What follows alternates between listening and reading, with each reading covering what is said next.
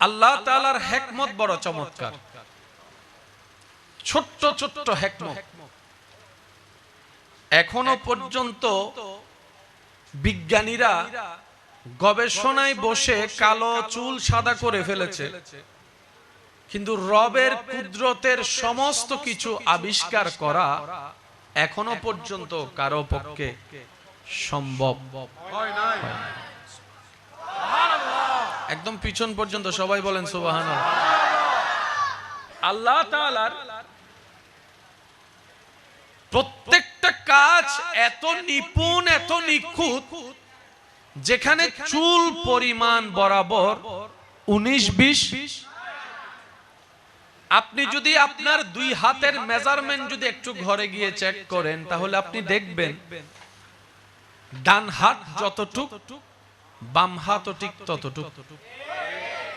সুবহানাল্লাহ বলেন, আরো জোরে বলেন।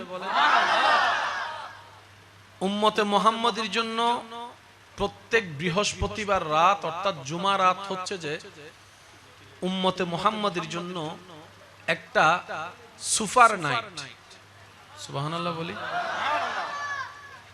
সপ্তাহের ভিতরে এই জুমার রাতটা হচ্ছে যে তাকদীর চমকানোর রাত,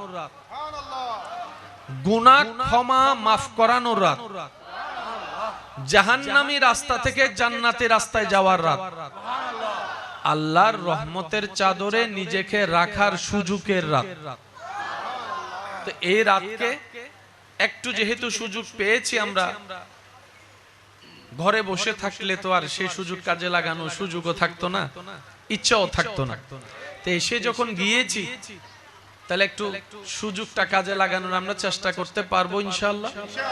একটু জোরে বলি ইনশাআল্লাহ। কানের মেজারমেন্ট বরাবর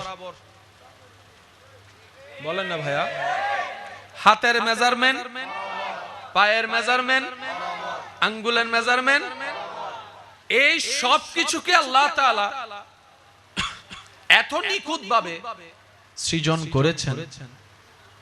রব্বুল আলামিন কোরআনুল কারীমে সৃষ্টি জগতের সবচেয়ে সুন্দর আল্লাহ মানব জাতিকে আহসানুল খালক বলে ঘোষণা দিয়েছেন। সুবহানাল্লাহ।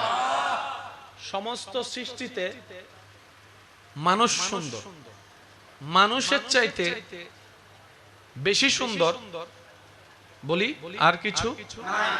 হ্যাঁ, টিয়া পাখি দেখতে সুন্দর, তবে মানুষের চাইতে কম। কবুতর আদর লাগে, কিন্তু মানুষের চাইতে কম। একটু উপরের দিকে যায় আপনাদের দোয়া সাথে নিয়ে, জিব্রাইল অনেক সুন্দর, মানুষের চাইতে কম। আমি শুনি না। এমন ভাবে সুবহানাল্লাহ বলেন, যেভাবে বললে আপনার রবের প্রশংসা করলে আপনার শুনে দিল শান্তি হবে, ওইভাবে বলেন তো সুবহানাল্লাহ। মাশাআল্লাহ, আরেকবার জোরে বলেন। জিব্রাইল আপন জায়গায় মহা সুন্দর, তবে মানুষের চাইতে কম। হ্যাঁ, জান্নাতের সুন্দরের কোনো তুলনা নাই। জান্নাতের জগতে জান্নাতুল ফেরদৌস মহা নিয়ামতে ভরপুর, কিন্তু সৃষ্টিটা তো আল্লাহর। তো রব বলছে আশরাফুল মাখলুকাত ইনসান। জান্নাত আপন জায়গায় নিজের রূপে আলোকিত, কিন্তু যখন কম্পেয়ার চলে আসে মানুষের সাথে, রব্বুল আলামিন বলে আমি ফেরেশতা সৃষ্টি করেছি, কিন্তু আমি রবের নজরে মানুষ সুন্দর। পৃথিবী আমার সৃষ্টি, কিন্তু আমি রবের নজরে মানব সুন্দর। আমি রব আসমান সাজিয়েছি, জমিন বানিয়েছি, আরশ বানিয়েছি, লৌহ বানিয়েছি, কলম বানিয়েছি, সমস্ত মাখলুকাত আমি রব বানিয়েছি, কিন্তু আমি রবের দৃষ্টিতে মানব দামি, মানব সুন্দর। আল্লাহু আকবার।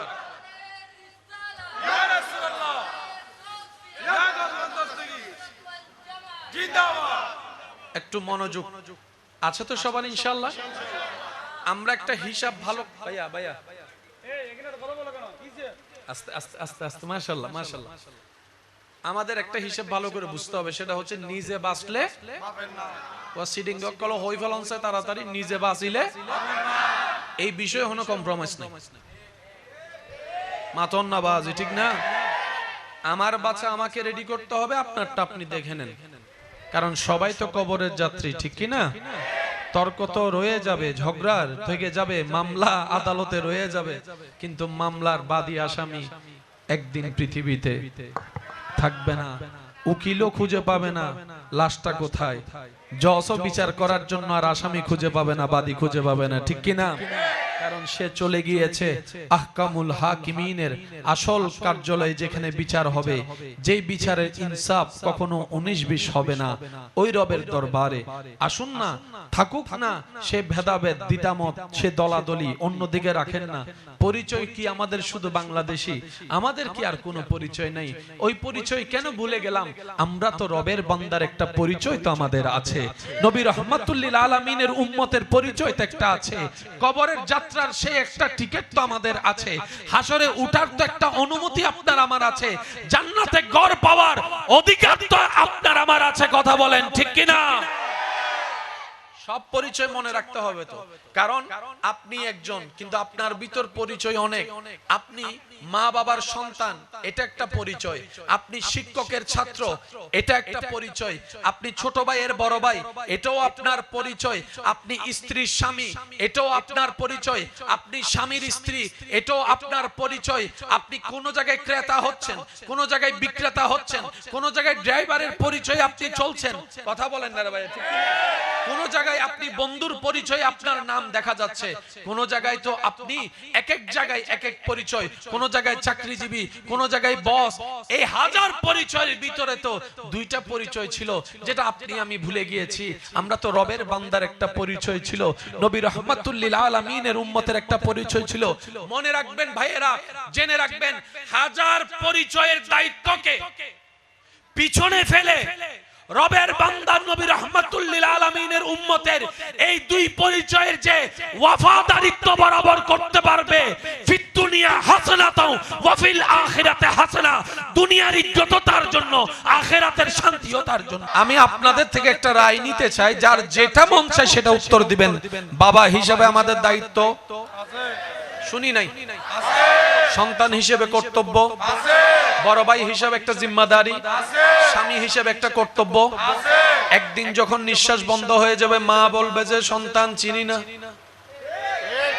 স্ত্রী বলবে যে বাঘটা ফাইলে ভালো হতো, সন্তান বলবে যে লাশটা থাকুক, আগে বাঘটা করে নি, দোকানদারের ক্রেতা বিক্রেতা বলবে যে তার কাছে পাওনা ছিল, যতক্ষণ পাওনা দিবে না খাট যেতে পারবে। একটু সবাই বলি খাট যেতে পারবে, খাট যেতে পারবে, খাট যেতে পারবে। বন্ধু বলবে বন্ধু আহারে, বন্ধুটা ছিল কত আপন, কত আদরের, 3 দিন 4 দিন 5 দিন 7 দিন পরে মনটা খারাপ থাকলে তো আর জীবন চলবে না, সংসার চলবে না, চাকরি চলবে না। আরেকজন এসে মাথায় হাত দিয়ে বলবে যার মাল ওনার কাছে চলে গেছে, মন খারাপ করলেও আসবে না, সে বন্ধুও স্বাভাবিক হয়ে যাবে। কথা বলেন ঠিক কিনা? হাজার পরিচয় ভুলে যাবে আপনাকে আমাকে, কিন্তু যেই দুইটা পরিচয়কে কখনো মূল্যায়ন দিই নাই আপনি আমি দুর্ভাগ্যবশত, ওই দুইটা পরিচয় যখন দেখবেন কবরে গিয়ে চোখটা খুলবেন, চতুর্দিকে অন্ধকার, মাটি যখন চাপবে, ভয়ে যখন অন্তর কেঁপে উঠবে, এক একটা বড় বড় ভয়ানক আওয়াজ যখন আপনার শরীরকে ভূমিকম্পের মতো কম্পিত করবে, যখন প্রশ্নকারী প্রশ্ন করার জন্য আসবে, ভয়ানক চেহারা নিয়ে, নীল চোখ বর্ণ নিয়ে, যখন লম্বা লম্বা নুকওয়ালা, চুল আউলা ঝাওলা, বিকৃত একটা ভয়ানক চেহারা নিয়ে যখন এসে প্রশ্ন করবে মান রাব্বুকা, সুবহানাল্লাহ, একটু বলি তো। পরিচয় মনে রেখেছিলাম যেগুলা, এগুলার কোনো প্রশ্নই নেই, সেই পরিচয়ের কথা জিজ্ঞেস করছে যেটা কখনো মনে রাখার চেষ্টা করি নাই।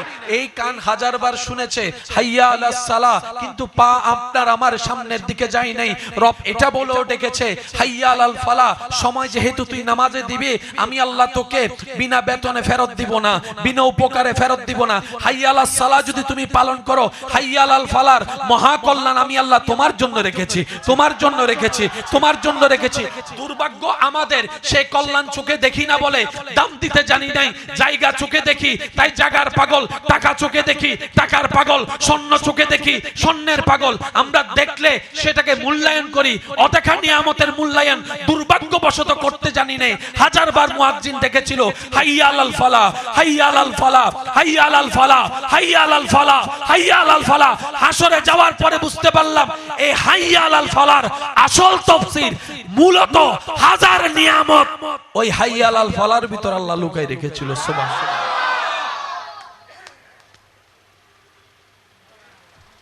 আমি আমার কথা বলছি, আমি আপনার কথা বলছি না। আফসোস আমার জন্য, আমি হাইয়া আলাল ফালাহর মূল্যায়ন করতে জানিনি, হাইয়া আলাস সালাহ ডাকে সাড়া দিতে জানিনি। তাই আমার ভালোবাসার মানুষের কাছে আমি আবদার রেখে একটা কথা বলি, কখনো রবের কাছে দোয়া করে যদি দোয়া পূরণ না হয়, আশা পূরণ না হয়, ইচ্ছা পূরণ না হয়, কখনো রবের সাথে রাগ দেখাতে যাবেন না, অভিমান করতে যাবেন না। তখন নিজেকে দোষারোপ করে বলবেন, আরে আমার ডাকে উনি সাড়া দিচ্ছে না, আমি তো সেরকম গাদা, আমি তো সে অপদার্থ, হাজারবার হাইয়া আলাস সালাহ শুনে আমি তো রবের ডাকে হাজারবার সাড়া দিই নাই, হাজারবার সাড়া দিই নাই। জমিনটা উনার, আমি ভাড়াটিয়ার মতো থাকি, মালিক হয়েও তো উনি আমাকে গাড় ধাক্কা দিয়ে বের করে দেয় নাই, বরং নামাজ না পড়লেও ঘুম থেকে উঠার আগে ফজরের নাস্তা রিজিক দিয়ে দিয়েছেন। সুবহানাল্লাহ। আল্লাহ তাআলা আমাদেরকে আদব ওয়ালা বনার তৌফিক দান করুন। আমি সবার আমিন শুনি না, আরো জোরে বলেন। বিশ্বাস করেন, আপনি যা চাচ্ছেন তা কল্পনার চাইতে আপনি বেশি পাবেন। বাবা একটু কথা না, বাবা বাবা বাবা বাবা বাবা। যেহেতু হাঁটা চলার রাস্তা, আপনারা নিজ দায়িত্বে হাঁটা চলার রাস্তাটা একটু ঠিক রাখবেন। জি জি মাশাআল্লাহ। আমি কি আপনাদেরকে কষ্ট দিয়ে ফেলছি? আপনার কি চাওয়া লিস্টি করেন বাবা, একটু একটু মনোযোগ। এই যে আব্বু কথা বলবে না। আপনার আমার কি কি চাওয়া লিস্টি করেন, লিস্টিটা দেখে নিজের মনকে প্রশ্ন করবেন, এখানে কোন চাওয়া আছে যেটা আমার রব দিতে পারে না। আপনি চাচ্ছেন একটা চেয়ার, রব চাইলে আপনাকে আমেরিকার প্রধানমন্ত্রী বানাইতে পারে। মিস্টার বারাক ওবামা ছিল কি, বানালো কি? কথা বলেন না রে ভাই, আরো জোরে বলেন, আরো জোরে বলেন। সকালের ধনী রাতের ফকির হয়ে বসে আছে, আবার রাতের ফকির সিজদায় পড়ে কান্নার কারণে রব্বুল আলামিন সকালবেলা বেশুমার মাল আমাল দিয়ে ধনী করে দিয়েছেন। সুবহানাল্লাহ। আল্লাহর কাছে রিজিক চাই। রিজিক কি চাই? সবাই বলে কি চাই? আমাদের বেশিরভাগ মানুষের ধারণা,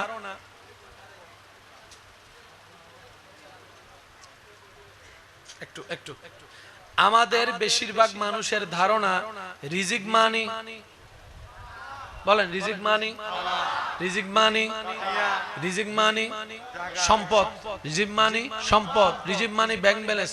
মনে রাখবেন, জেনে রাখবেন, রিজিক মানি হলো আপনার কল্যাণের জন্য আল্লাহর পক্ষ থেকে আসা প্রত্যেকটা নিয়ামতের নামই রিজিক। আর সেই রিজিকের অনেকগুলা সিঁড়ি আছে, সবচাইতে নিম্নতম সিঁড়ির নাম হচ্ছে টাকা পয়সা ধন দৌলত। সবার উপরে সিঁড়িটার নাম হচ্ছে সুস্থ শরীর। পরিপূর্ণ নিয়ামতের নাম হচ্ছে, রিজিকের নাম হচ্ছে আল্লাহর সন্তুষ্টি। রিজিক মানে শুধু খাবার, সেজন্য আল্লাহর কাছে তো জীবন অনেক কিছু চাইলাম, এটা দাও সেটা দাও, কখনো কি একবার এই দোয়াটা করতে পারি না, আল্লাহ আমার উপর তুমি রাজি হয়ে যাও, আল্লাহ তোমার প্রিয় বান্দার লিস্টিতে আমার নামটা একটু তুলে দাও আল্লাহ। কখনো কি জবান থেকে এটা একবার বলা আসে না, রব্বুল আলামিন হাজার গুনাহ করার পরও যে নিয়ামত তুমি আমাকে দিয়েছো, সেই নিয়ামতের শুকরিয়া যেন আমি আদায় করতে পারি, সেই শুকরগুজার বান্দা হিসেবে আমাকে কবুল করো। কখনো কি এটা বলা আসে না আমাদের, আল্লাহ নামাজের মধ্যে এমন কি প্রেম ছিল, এমন কি নিয়ামত মজা ছিল যে ইমাম হোসেন কারবালার ময়দানে তীরের সামনে থেকে নামাজ ছাড়ে নাই। আল্লাহ নামাজের মধ্যে এমন কি প্রেম ছিল, তোমার প্রিয় বান্দারা রাতের ঘুমকে হারাম করে সারা রাত নামাজে কাটাই দিয়েছে। কিছু তো একটা আছে যেটা আমরা পাচ্ছি না। আমরা কপাল ঠুকানোটা পাচ্ছি, হাত লাগানোটা পাচ্ছি, আমরা হাঁটু লাগানো পাচ্ছি, ওই স্বাদটা তো পাচ্ছি না। আল্লাহ দয়া করো আমরা যেন সেই স্বাদটা পেতে পারি, তোমার প্রেমে নামাজ পড়ে পড়ে জীবন দিয়ে দিতে পারি। আল্লাহর কাছে চাইলে আল্লাহ দিবে কি দিবে না? কিন্তু আমরা চাইতে জানি, আমরা বলেন না আমরা চাইতে জানি, আমরা বলতে জানি। আল্লাহ তাআলা আমাদের সবাইকে বুঝার আমল করার তৌফিক দান করুন।